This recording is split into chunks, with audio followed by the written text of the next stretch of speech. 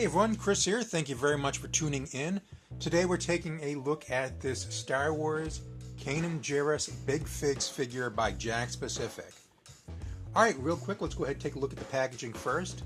So this is the packaging that we typically see with these big figs. It's 1/4 to 1/2 type packaging where most of the figure is exposed. So obviously right here we see the toy. Down here we have the Star Wars logo. It just says Star Wars, but we do know this should be a Star Wars Rebels character. Here we have a half image of a Stormtrooper helmet. Plus you can see that I was lucky enough to get this figure clearanced for $5. Alright, let's go ahead and spin him around to the back. Here we have a picture, a 3D rendering of the actual character from the TV show. Here we have a little write-up about the character. It says, a consummate strategist and field commander, Kanan uses both his Jedi skills and his quick wits as he leads a small team of rebels in their fight against the Galactic Empire. Up here we see the toy has 7 points of articulation, and down here we have other characters available in the series. We have a TIE Fighter pilot, we have Ezra Bridger, and then here is Kanan himself.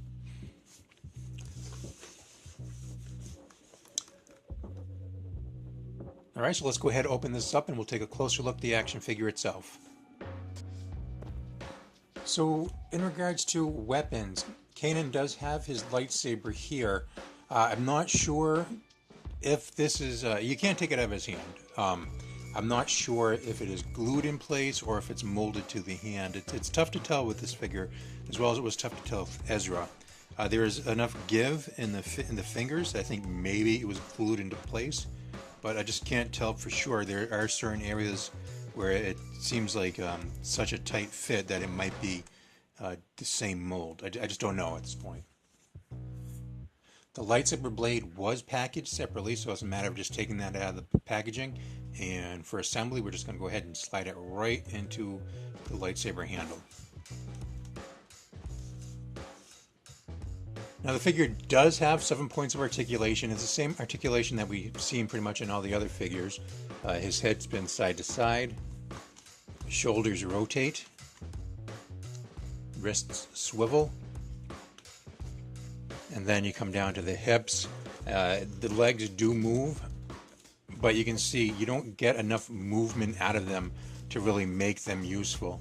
If anything, if you're standing the toy up like on a slanted surface, you could use those hip points to help steady or balance the toy out.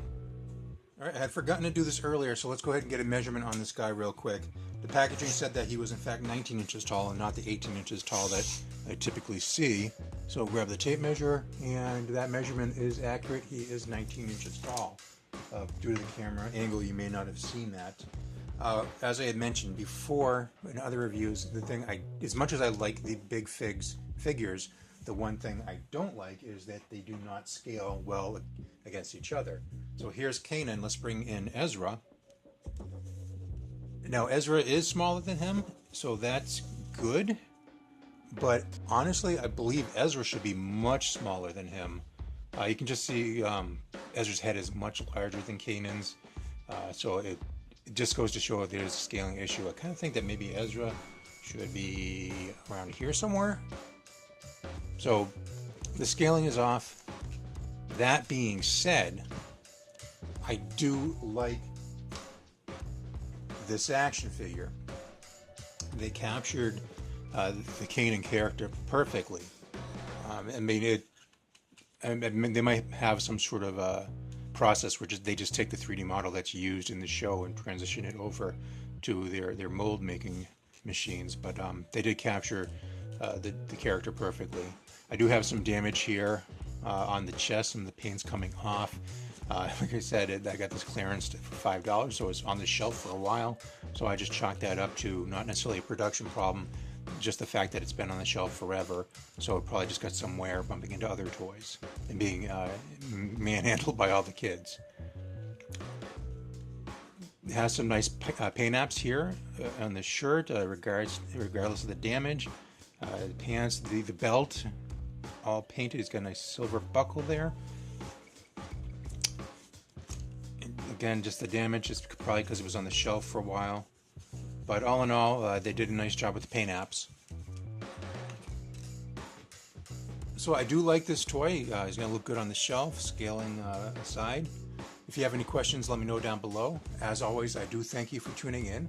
So please comment, like, subscribe, and until next time, we'll talk to you later.